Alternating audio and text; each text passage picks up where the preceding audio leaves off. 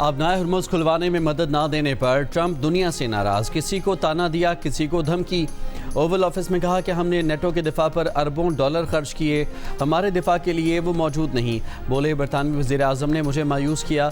जंग जीतने के बाद स्टार्मर ने जंगी जहाज़ भेजने का ऐलान किया। बरतानवी वज़ीर आज़म को बताया कि जंग जीतने के बाद आपके तैयारा बरदार जहाज़ों की ज़रूरत नहीं। बोले चीन का दौरा करना चाहता हूँ लेकिन अमरीका में मौजूद रहना पड़ेगा। चीन का दौरा 1 माह के लिए मुलतवी करने की दरख्वास्त की है। इससे पहले प्रेस कॉन्फ्रेंस में शिकवा किया कि हम 40 साल से आपकी हिफाजत कर रहे हैं और आप इस जंग में शामिल नहीं होना चाहते। कुछ ममालिक आबनाए हरमुज़ में मदद के लिए पुरजोश नहीं। हमने उन्हें खौफनाक बैरूनी ख़तरात से बचाया और वो इतने पुरजोश नहीं। चीन, जापान, कोरिया, दीगर मुल्कों से फिर मदद मांग ली।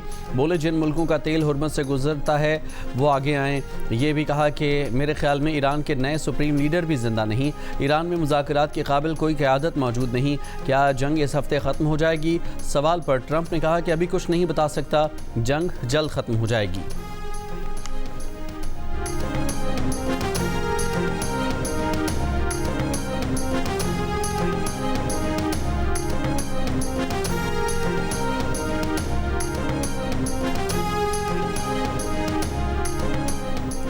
अमेरिका के सबसे बड़े इत्तेहादी बरतानिया ने अमेरिका ईरान जंग का हिस्सा बनने से साफ इनकार कर दिया।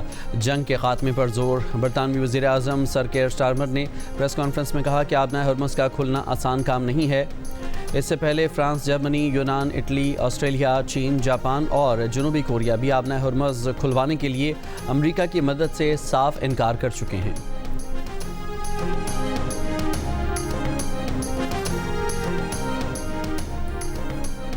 बरतानिया और दीगर मुल्कों के बाद यूरोपीय यूनियन का भी खलीज की जंग में शमूलियत से इनकार।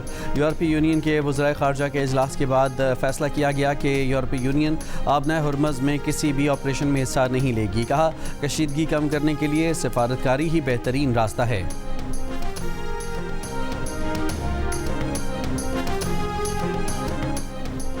ऑपरेशन ग़ज़ब लिल हक़। पाक अफ़वाज के अफ़गानिस्तान में कामयाब फ़िज़ाई हमले। सिक्योरिटी ज़राए के मुताबिक पाक अफ़वाज ने 16 मार्च की शब काबुल और नंगरहार में अफ़गान तालिबान फ़ौजी तनसीबात को कामयाबी से निशाना बनाया। पाक अफ़वाज ने काबुल में 2 मकामात पर टेक्निकल सपोर्ट इंफ्रास्ट्रक्चर और एमुनेशन स्टोरेज को तबाह किया। वीडियो में फ़िज़ाई हमले के बाद धमाकों की वजह से बुलंद होते शोले देखे जा सकते हैं जो इस बात की तस्दीक करते हैं कि ये बारूद का बहुत बड़ा ज़ख़ीरा था। अफ़गान तालिबान के तर्जुमान का ड्रग अस्पताल को निशाना बनाने का बयान मज़ाक़ा ख़ेज़ है। नंगरहार में पाक अफ़वाज ने 4 मकामात पर अफ़गान तालिबान की मिलिट्री तनसीबात को निशाना बनाया। नंगरहार में मिलिट्री तनसीबात से मुल्हिका लॉजिस्टिक इंफ्रास्ट्रक्चर को तबाह किया गया। नंगरहार में फ़िज़ाई कार्रवाइयों में एमुनेशन टेक्निकल इंफ्रास्ट्रक्चर को भी तबाह किया गया।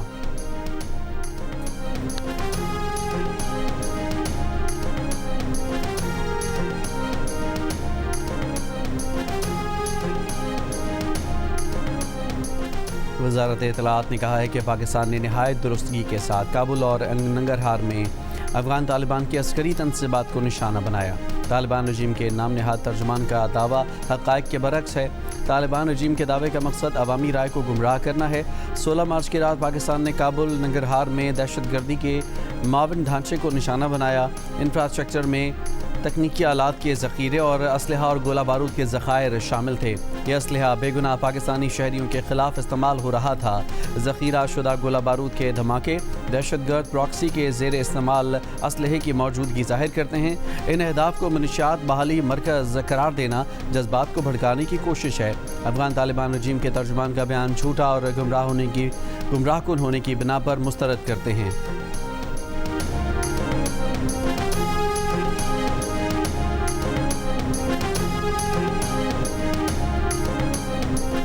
अबूधाबी की शाह गैस फील्ड में ड्रोन हमले से लगने वाली आग पर काबू पा लिया गया। अबूधाबी हुकाम का कहना है कि नुकसान के जायजे तक फील्ड की सरगर्मियाँ मुअत्तल रहेंगी। वाक़े में कोई शख्स ज़ख्मी नहीं हुआ। दुबई के दोनों एयरपोर्ट्स पर गैर मुल्की परवाज़ों की लैंडिंग मुअत्तल। अमराती सिविल एविएशन के मुताबिक दुबई एयरपोर्ट और अल मक्तूम एयरपोर्ट पर गैर मुल्की परवाज़ों की लैंडिंग मुअत्तल की गई है।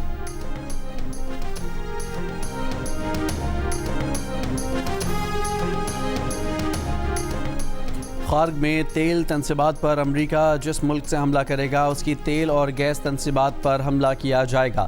ایران نے خبردار کر دیا۔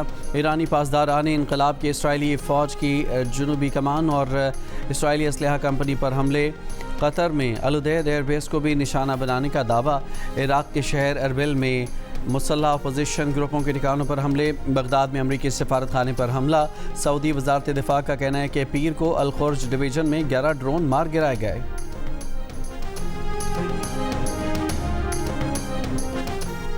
ایران کے وزیر خارجہ عباس عراقچی نے مشکل وقت میں ایران کا ساتھ دینے پر پاکستان کی حکومت اور عوام کا خصوصی شکریہ ادا کیا ہے۔ انہوں نے کہا کہ پاکستان نے عملی طور پر ایرانی حکومت اور عوام کے ساتھ کھڑے ہونے کا مظاہرہ کیا ہے۔ صہیونی جارحیت کے مقابلے میں پاکستانی حکومت اور عوام کی حمایت پر ایران تہہ دل سے شکر گزار ہے۔ انہوں نے پاکستان کی متوازن خارجہ پالیسی اور مثبت کردار کو بھی سراہا۔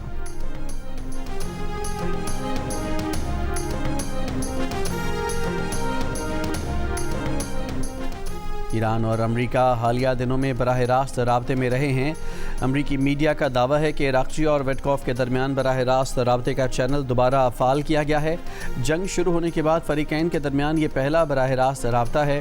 ایرانی وزیر خارجہ نے رپورٹ کی تردید کر دی۔ کہا وٹکوف سے آخری رابطہ جنگ شروع ہونے سے پہلے ہوا تھا۔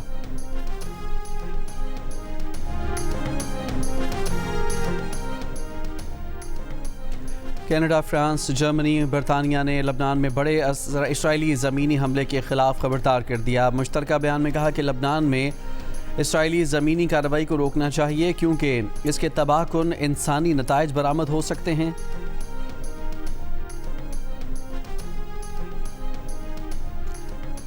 ایمنسٹی انٹرنیشنل نے کہا ہے کہ امریکہ نے ایران کے اسکول پر حملہ کر کے عالمی قانون کی خلاف ورزی کی ہے۔ دلخراش بات ہے کہ بچوں سے بھرے کلاس رومز قتل گاہ بن گئے۔ اگر اسکول کی معلومات نہیں تھی تو یہ بڑی انٹیلیجنس ناکامی ہے۔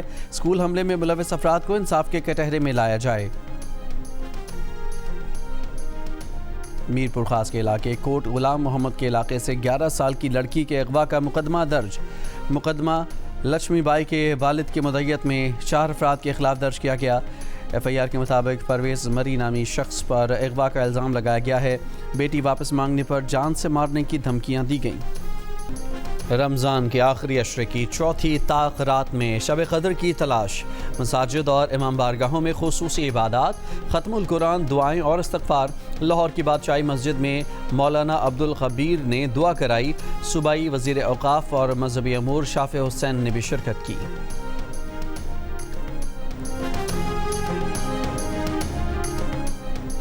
لندن کے ٹریفلگر اسکوائر پر اوپن افطار میں ہزاروں افراد کی شرکت۔ میئر لندن صادق خان نے خطاب میں کہا ایران میں جو کچھ ہو رہا ہے اس کا اثر برطانیہ پر پڑ رہا ہے۔ جنگ لمبی ہوئی تو ہم سب کے لیے مشکلات بڑھیں گی۔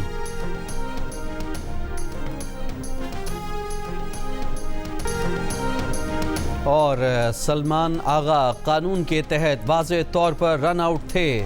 سلمان آغا کے متنازع رن آؤٹ پر میلبرن کرکٹ کلب کا بیان۔ کہا ڈھاکہ ون ڈے میں سلمان آغا کریز سے باہر تھے۔ بیٹر کو فیلڈنگ سائڈ کی اجازت کے بغیر گیند اٹھانے کی کوشش نہیں کرنی چاہیے۔ کھلاڑیوں کے ٹکرانے سے گیند خود بخود ڈیڈ نہیں ہوتی۔ اسپرٹ آف کرکٹ کے تحت بنگلہ دیش ٹیم اپیل واپس لے سکتی تھی۔ قوانین کے مطابق امپائرز کے پاس آؤٹ دینے کے علاوہ کوئی راستہ نہیں تھا۔